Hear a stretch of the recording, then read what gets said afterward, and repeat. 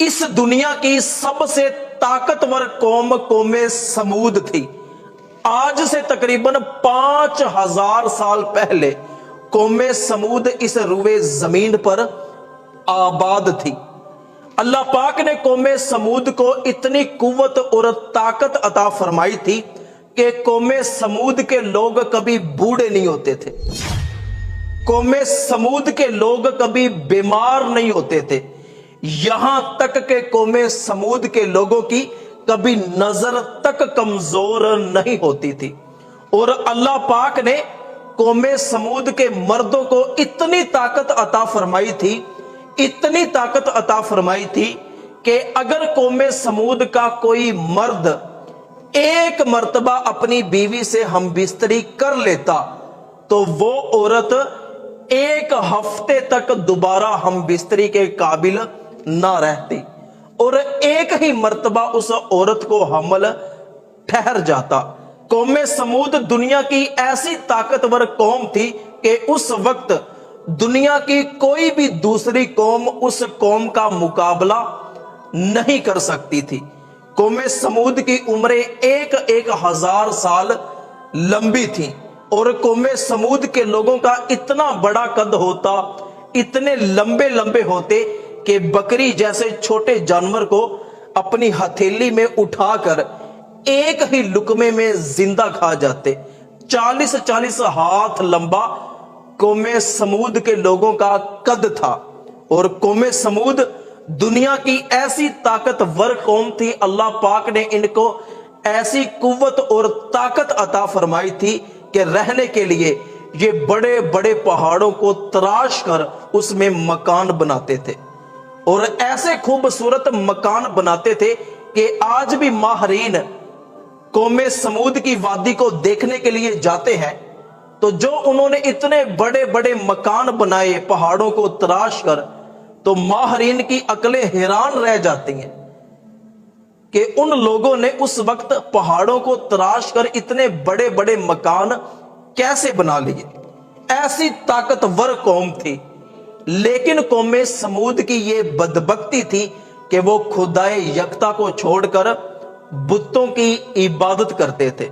उन लोगों ने बड़े बड़े पहाड़ों को तराश कर मूर्तियां बनाई हुई थी और उन मूर्तियों को सजदे करते थे और वो कुफ्र और शिरक जैसे गुनाह में मुब्तला थे।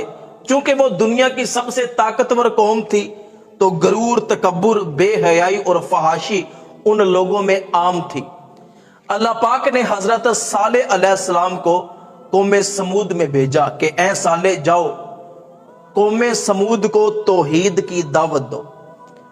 हजरत सालेह अलैहिस्सलाम कौम समूद में आए, आके कौम समूद से फरमाया कि मैं अल्लाह का नबी हूं और तौहीद की दावत देने के लिए तुम्हारे पास आया हूं।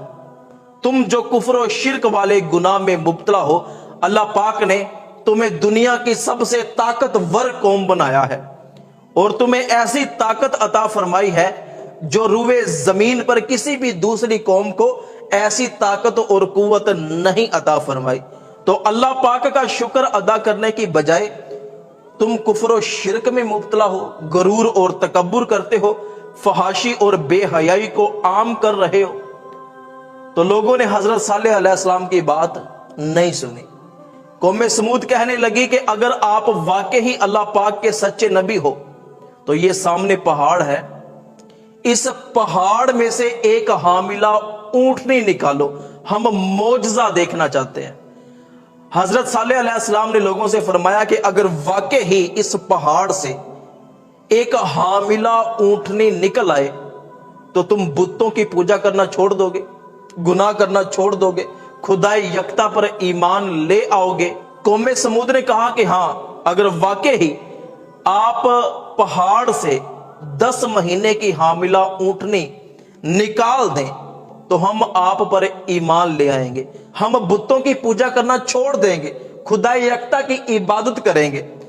हजरत सालेह अलैहिस्सलाम ने अल्लाह पाक के हुक्म से पहाड़ की तरफ इशारा किया तो पहाड़ से एक खूबसूरत हामिला ऊंटनी निकली और निकलते ही उस ऊंटनी ने एक बच्चे को जन्म दिया और वो ऊंटनी इतनी बड़ी थी कि 60 हाथ लंबा उस ऊंटनी का पेट था। और फिर उस ऊंटनी ने इतना दूध दिया कि कौमे समूद के बच्चे बच्चे ने उस ऊंटनी का दूध पिया, लेकिन दूध खत्म ना हुआ। वो रोजाना उस ऊंटनी का दूध दोते और सारा कबीला पीता, लेकिन फिर भी ऊंटनी का दूध खत्म ना होता। तो हजरत सालेह अलैहिस्सलाम का ये मौजज़ा देखकर बहुत से लोग आप पर ईमान ले आए, लेकिन कौमे समूद के काफी लोग ऐसे थे कि जिन्होंने इनकार कर दिया। वो कहने लगे कि सालेह आप जादू करो, जादू करके आपने पहाड़ से ऊंटनी को निकाला। अब क्या है कि सालेह अलैहिस्सलाम ने लोगों से फरमाया कि ऐ लोगों, ये अल्लाह पाक की ऊंटनी है, इस ऊंटनी को तकलीफ नहीं पहुंचानी, बुरे इरादे से छूना नहीं है, बस तुम लोगों ने इसका दूध पीना है। वो लोग जो ईमान नहीं लेके आए थे, उनकी आंखों में ये ऊंटनी बड़ी रड़कती थी। वो ऊंटनी सारा दिन चरागाहों में फिरती, लोगों की फसलों में चली जाती, बागों में चली जाती और वहां से अपना पेट भर लेती। तो जो काफिर थे, जो आप पर ईमान नहीं लेके आए थे, उन्होंने आपस में बैठ के मशवरा किया कि ये ऊंटनी तो हमारी फसलों को उजाड़ देती है, बागों में जाके चरती है, फलों को खराब करती है, तो इसमें तो हमारा नुकसान हो रहा है। ये कभी किसी फसल में चली जाती है, कभी किसी बाग में चली जाती है, कोई पूछने वाला नहीं है। हजरत सालेह अलैहिस्सलाम ने लोगों से फरमाया कि ये जिस फसल में जाती है, जिस बाग में जाती है, उसका कोई नुकसान नहीं होगा, बल्कि अल्लाह पाक उसे दुगना अता फरमाएगा। लेकिन वो लोग फिर भी बाज ना आए, आपस में बैठ के मंसूबे बनाते, मशवरे करते कि किसी ना किसी तरह इस ऊंटनी से जान छुड़वाई जाए। तो लोगों ने बैठ के आपस में मशवरा किया कि क्यों ना हम इस ऊंटनी को कत्ल कर दें। तो उन्होंने 2 औरतों को लिया और उन औरतों से कहा कि जो हमारी कौम के नौजवान हैं, इनको अपने हुस्न शबाब में मुब्तला करो और इनसे वो ऊंटनी कत्ल करवा दो। तो वो जो 2 औरतें थी, उन्होंने कौमे समूद के कुछ जवानों को अपने हुस्न शबाब में मुब्तला किया, अपना हुस्न जमाल दिखाकर उनसे ये वादा लिया कि पहले वो ऊंटनी को कत्ल करे, फिर जो तुम कहोगे हम वो करेंगे। तो क्या है कि जब ऊंटनी पानी पीने के लिए आई, कौमे समूद के लोग एक बड़े तालाब में पीने वाला पानी जमा करते थे और वो पहाड़ों के ऊपर से पानी आता था, तो लोग पीने के लिए उस तालाब में पानी जमा कर लेते थे। तो जब वो ऊंटनी तालाब से पानी पीती तो वो सारा पानी पी जाती, क्योंकि बहुत बड़ी ऊंटनी थी और 60 हाथ लंबा उसका पेट था। तो जब वो इतना पानी पीती थी, फिर वो इतना ही दूध देती थी। तो लोगों ने सालेह अलैहिस्सलाम से शिकायत की कि इस ऊंटनी को रोको, ये तालाब से पानी ना पिए, ये सारा पानी पी जाती है। हजरत सालेह अलैहिस्सलाम ने लोगों से फरमाया कि ठीक है, एक दिन तुम पानी पिया करो, एक दिन ये ऊंटनी पानी पिएगी। तो लोगों को ऊंटनी से इसलिए भी बड़ा मसला था कि एक दिन हम इसकी वजह से पानी से महरूम रह जाते हैं, हमें दूध पीना पड़ता है। तो क्या है कि जब वो ऊंटनी अपनी बारी पर तालाब में से पानी पीने के लिए आई, तो कुछ नौजवानों ने ऊंटनी के जो चारों पांव थे उनकी रगें काट दी।